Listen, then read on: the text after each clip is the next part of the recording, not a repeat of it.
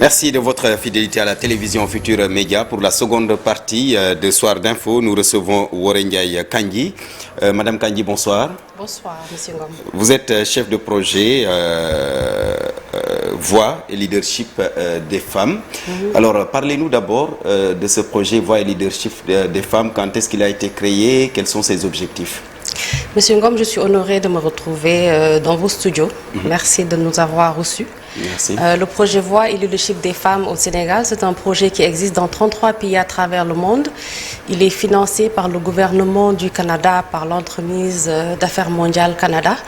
Et il est mis en œuvre dans les différents pays par différentes institutions.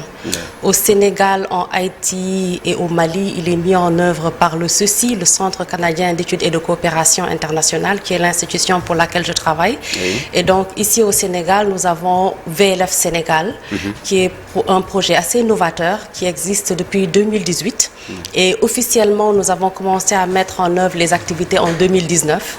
Il s'agit en gros d'améliorer les conditions de vie des populations au niveau du territoire national, en passant par l'amélioration des droits des femmes et des jeunes filles, et en capacitant vraiment les organisations de la société civile de femmes, qui, nous le savons, sont à la base pour pouvoir Donc, vous mettez le focus plutôt sur la femme.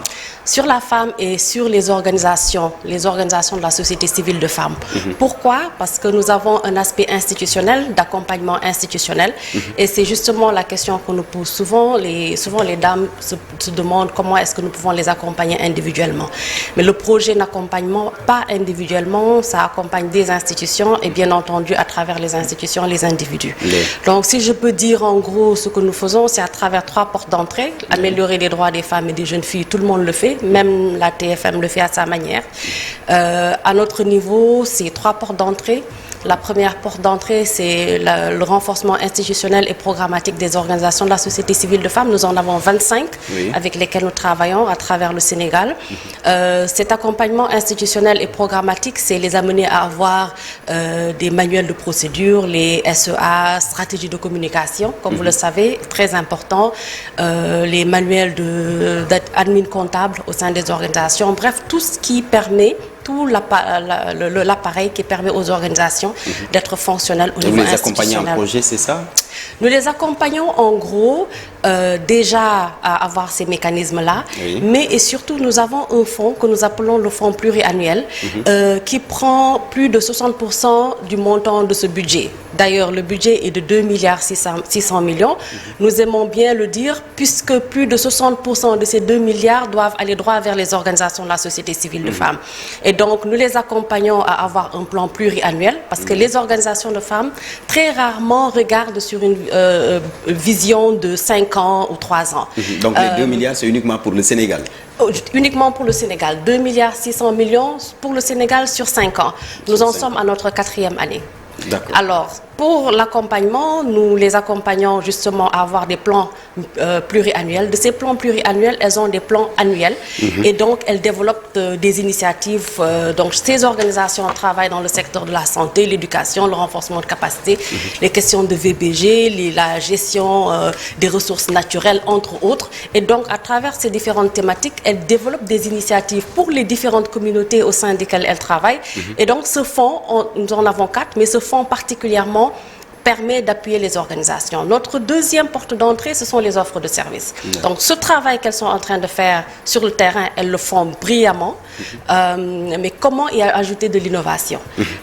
Comment les amener à maîtriser les instruments internationaux, nationaux et régionaux qui régissent le travail qu'elles sont en train de faire? Et comment créer une synergie d'action et ne pas créer de doublons dans les communautés à travers leur intervention? Et le dernier point, c'est le plaidoyer. Nous souhaitons vraiment, au-delà de tout cela, adresser des thèmes de plaidoyer, c'est ce qu'elles sont en train de faire, mais nous savons que l'un des principes du plaidoyer, c'est la synergie d'action. Aujourd'hui, ce que nous faisons avec les organisations de la société civile de femmes, c'est les encourager à travailler ensemble et créer cette synergie d'action pour pouvoir avoir des résultats sur le terrain. D'accord. Donc, à ce que je sache, vous travaillez pour un futur égalitaire, c'est ça? Exactement. Alors, vous travaillez maintenant, vous avez décidé de travailler sur les standards de qualité et des performances également institutionnelles. En quoi ça consiste? Les standards de qualité et de performance institutionnelle, c'est un processus qui a commencé depuis 2019. Il s'agit tout simplement, tout à l'heure j'ai parlé d'organisation qu'il faut renforcer, qu'il faut rendre beaucoup plus crédible, mais on se base sur quoi pour dire qu'une organisation elle est crédible? Donc tout à l'heure, nous parlions du fait que vous m'avez posé la question, nous travaillons avec les femmes. Oui, nous travaillons avec les femmes, mais ces standards de qualité, nous les avons développés pour voir qu'est-ce qui rend une organisation de la société civile crédible. Donc ça veut dire tout simplement que toute organisation de la société civile devrait pouvoir utiliser ces standards-là. Alors les standards consistent en quoi? Vous me permettrez tout d'abord de parler du processus inclusif et participatif qui nous a permis d'en arriver là. Depuis 2019, nous avons fait un autodiagnostic au sein des organisations parce qu'elles ont postulé pour faire partie du projet. À la suite de ces autodiagnostics, elles ont été sélectionnées. Il y avait tout un comité. Après la sélection, la première rencontre que nous avons tenue les a amenées ensemble à réfléchir à si nous voulons être davantage performantes, quels devraient être les critères de performance. Elles ont fait des travaux de groupe. Nous avons inclus des institutions. Donc vous avez défini les critères de performance ensemble. Exactement. Elles ont posé des points et nous avons justement amené des organisations comme le Gorée Institut, l'AGS, l'Association des juristes, pour faire le brainstorming d'abord. Et c'est à la suite de ces réflexions, de ces séances de réflexion que nous en sommes arrivés. Nous avions plus de 100 critères que nous avons passé 3 ans, ou je veux dire peut-être la première année, à réorganiser. Nous avons tenu une rencontre avec des organisations de la société civile en général, des institutions des Nations Unies, des institutions étatiques, pour leur dire, voici les standards, pensez-vous pouvoir les utiliser, pensez-vous qu'elles soient opérationnelles, etc. Et après cette étape, nous sommes allés vers la présentation de ces standards à notre ministère de tutelle. Donc depuis 2020, nous étions dans ce processus inclusif avec notre ministère de tutelle pour pouvoir avoir un ancrage national et faire porter cela au leadership institutionnel. Et donc, la semaine dernière, nous avons enfin lancé ces standards. Et donc, ces standards sont de 12 points, 12 points essentiels avec des sous-rubriques qui permettent de définir réellement comment est-ce qu'on peut dire qu'une organisation est crédible, une organisation est performante. Alors, vous ciblez les femmes instruites, j'imagine. Pas du tout. Pas du tout.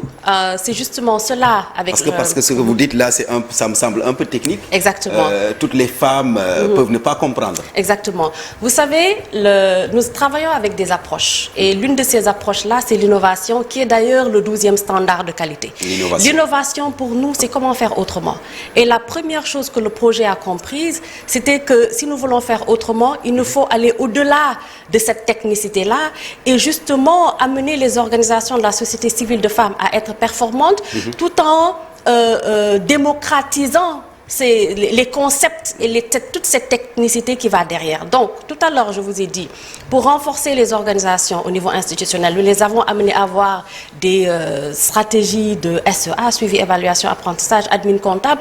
Le premier atelier que nous avons mené sur l'admin comptable, nous avions mis le critère, c'était qu'on ne voulait même pas avoir de techniciens comptables. Nous voulions avoir des femmes lambda qui ont toujours eu leur cahier dans leur sac pour pouvoir noter justement les dépenses et les cotisations. Ce sont ces femmes-là que nous avons formées. Ils font de façon informelle.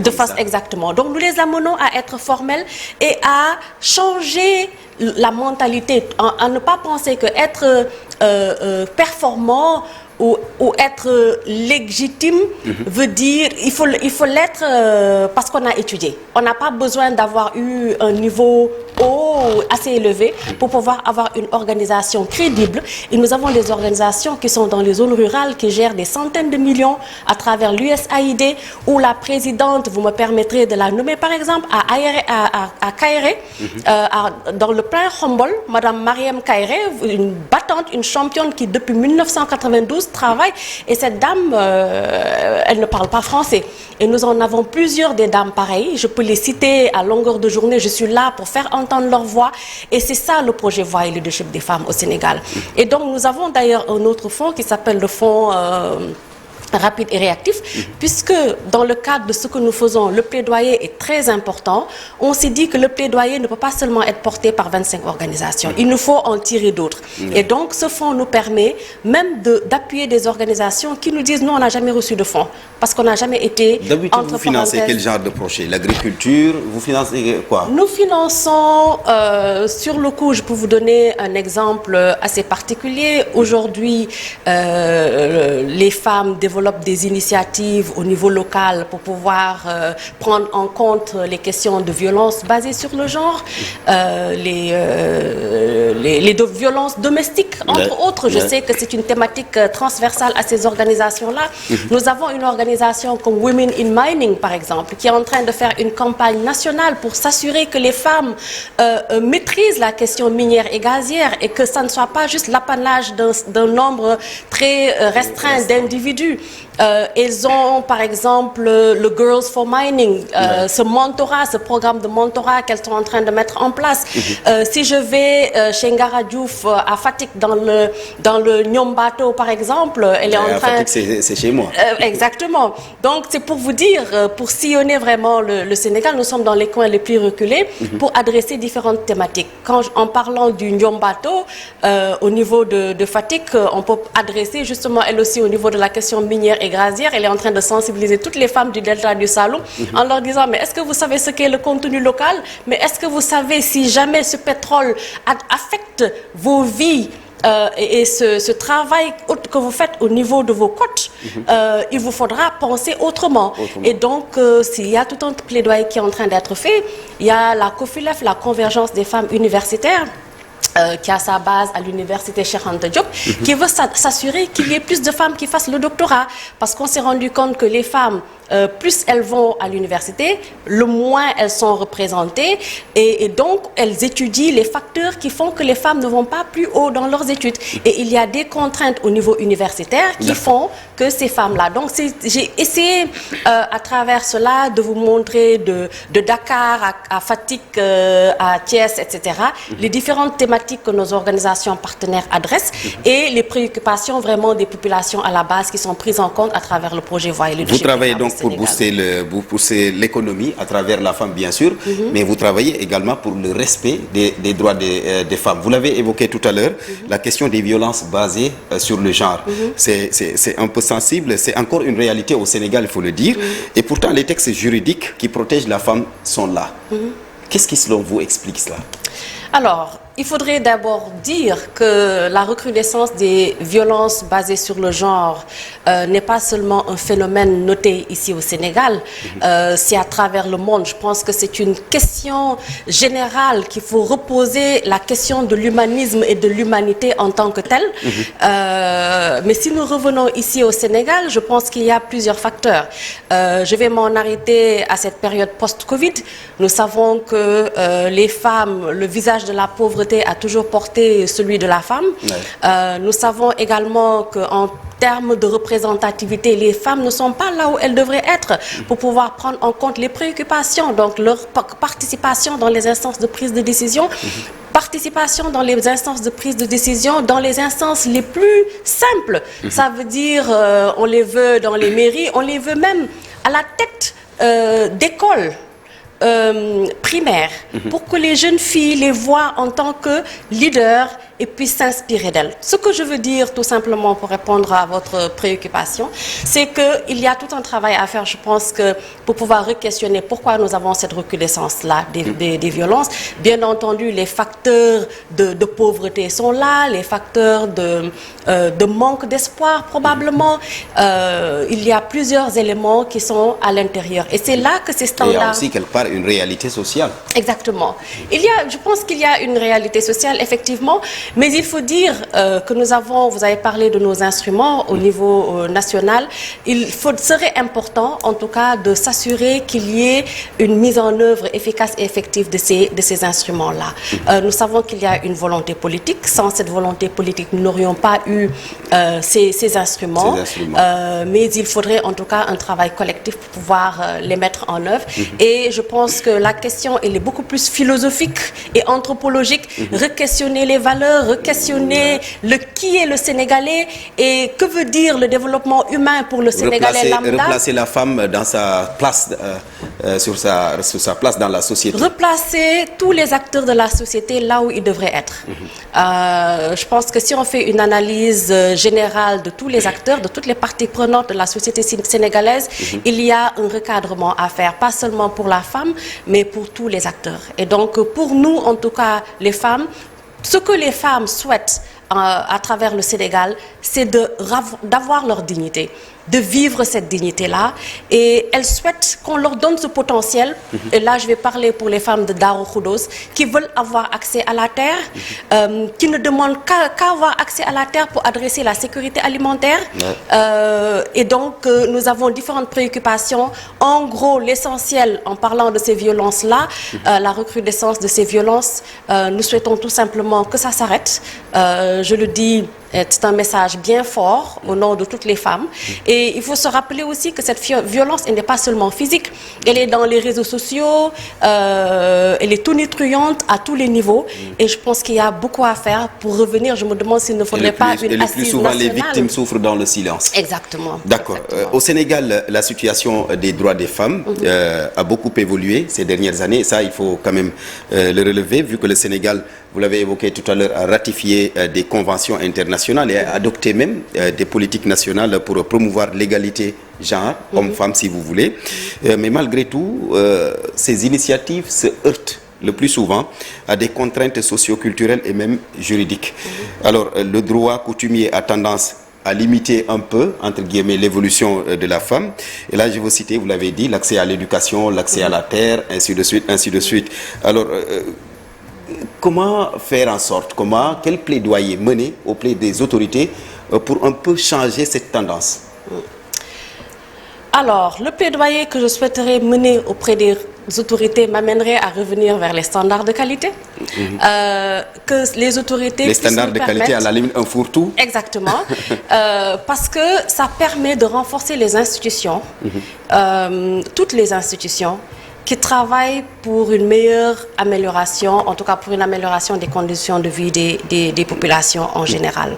Le plaidoyer fort aux autorités, c'est la budgétisation sensible au genre, de prendre en compte les préoccupations des femmes davantage dans les politiques publiques pour vraiment nous assurer qu'on soit là où il faut. Voilà. D'accord. Et pourtant, au Sénégal aussi, les femmes sont à la limite les pionnières de l'agroécologie à travers le micro-jardinage. Et les femmes ont beaucoup d'initiatives, mais l'accompagnement fait défaut. L'accès à la terre aussi, vous avez cité les femmes de Darou Khoudoss tout à l'heure qui ne demandent que la terre. L'accompagnement fait défaut, mais vous savez, quelquefois il faut se reposer la question entre femmes et entre organisations. Nous savons qu'il y a beaucoup d'organisations de femmes de bonne volonté qui font un travail extraordinaire, mais qui ne sont pas nécessairement structurées. Et où le leadership et la manière de gérer ces instances qui sont mises en place... Chacune est là, travailler dans son coin. Travaille dans son coin. La présidente... où le leadership de l'institution centralise l'information. Les membres ne se sentent pas concernés par les décisions qui sont prises. Elles voient le leadership ailleurs en leur nom sans pour autant qu'il y ait une redevabilité. Et ça me permet de mentionner le 5e standard, la redevabilité. Quand on est un réseau, c'est de ne pas phagocyter les organisations membres de ce réseau-là et s'assurer qu'il y ait une visibilité, qu'on donne de la visibilité aux membres de ces réseaux. Donc, ça permet de revoir, oui, les femmes mettent en place des initiatives, des micro-jardinages, etc. Mais nous voulons nous assurer que l'opérationnalisation de ces belles initiatives soit beaucoup plus fonctionnelle, soit beaucoup plus professionnelle. Soit beaucoup plus encadrée. Beaucoup plus encadrée. Et c'est ce que nous faisons avec les organisations de femmes. Nous les amenons à développer des plans stratégiques, pluriannuels, à avoir des manuels de procédure, à mettre en œuvre leurs idées, à capitaliser ce qu'elles sont en train de faire. Parce que le capitaliser, le suivi, évaluation, apprentissage, est très important et stratégique dans le futur, dans les autres types d'initiatives qu'elles vont développer plus tard. La gestion de leurs organisations, c'est aussi comment gérer les fonds de manière efficace et transparente. Parfois, c'est là où se situe le problème, la gestion des fonds. La gestion des fonds, vous savez. Parfois, ça divise même les groupements, ainsi de suite. Tout regroupement d'individus, je ne parle même pas des femmes, de 2 personnes, à partir de 2 personnes, si la gestion des ressources matérielles et financières n'est pas transparente, c'est ce qui à la base fait que les gens ne cotisent pas d'ailleurs. Et souvent les gens, que ce soit une association sportive, on dit les navetanes, on parle de daïra, etc. C'est les types d'organisations que nous avons au Sénégal. Les gens se plaignent que les gens ne cotisent pas. Mais si les gens cotisent 25 francs et que vous ne leur dites jamais où vont leurs 25 francs, ils ne croient plus en cette institution. Ils se disent, mais pourquoi est-ce que je devrais cotiser? Et c'est l'un des manquements que nous voyons, qui est le dénominateur commun dans beaucoup d'institutions. Et nous, c'est ce que nous adressons avec les femmes. C'est les amener à leur dire, oui, vous êtes là depuis 25 ans, vous êtes là depuis 30 ans. Et le mouvement associatif féminin sénégalais, on ne le présente plus. Des femmes viennent d'ailleurs pour pouvoir apprendre de notre dynamisme. Mais nous voulons les rendre beaucoup plus performantes. Nous voulons les amener à sortir de l'informel pour pouvoir se rendre crédibles et respectés, pour avoir une part belle dans ce qui est en train de se faire. La majeure partie du temps, les organisations de la société civile en général et de femmes en particulier, quand on parle de redevabilité, elles pensent beaucoup plus aux partenaires. Je veux être redevable vis-à-vis du partenaire. Mais avant le partenaire, il y a les membres. Les membres qui sont avec vous, à qui vous devez donner les informations qu'il faut. Souvent, dans les organisations également, il y a le PCA, il y a le conseil d'administration, le CA. Il y a le bureau exécutif et tout est centralisé dans ces 2 instances-là. Et puis après, on se dit, moi, je suis à la tête... Le membre simple ne connaît rien de ce qui se passe. Ne sait rien de ce qui se passe. Et nous, c'est ce que nous amenons les organisations à faire. Et nous allons aussi parler de la relève intergénérationnelle. Qu'est-ce que les organisations de la société civile en général et celles de femmes en particulier font pour s'assurer que la relève est assurée? Pas seulement en disant, oui, nous avons des jeunes en notre sein et nous les faisons sortir chaque fois qu'on a besoin de montrer qu'on a des jeunes en notre sein, mais qu'est-ce qu'on fait à travers nos textes, à travers nos pratiques pour nous assurer qu'ils sont là? Est-ce qu'on a des politiques de mentorat? Est-ce qu'on a des approches pour nous assurer qu'ils nous représentent dans des rencontres lorsque nous ne sommes pas là? Ça veut dire qu'il faut les former et les coacher pour qu'ils aient toutes les dispositions pour pouvoir... donc, il y a tout cet accompagnement à faire. J'en ai profité pour vous glisser encore quelques autres approches et quelques autres critères quelques autres de ces standards de qualité. D'accord, merci beaucoup. Il faut accompagner la femme rurale, surtout, même si la tendance est aujourd'hui à l'urbanisation. Ça, il faut le dire, la population sénégalaise quand même reste encore dans sa grande majorité rurale. Et selon même les chiffres de l'ANSD, le rapport de 2009, les femmes représentent 52% de la population sénégalaise. Donc c'est bien de les accompagner. Merci. Merci beaucoup, M. Ngom. Merci, un honneur d'être avec vous. Merci, Worendiaï Kandji, chef de projet Voix et Leadership des femmes. Mesdames, Messieurs, merci à vous. C'était la seconde partie de Soir d'Info. Bonne suite de programme sur la télé Futurs Médias.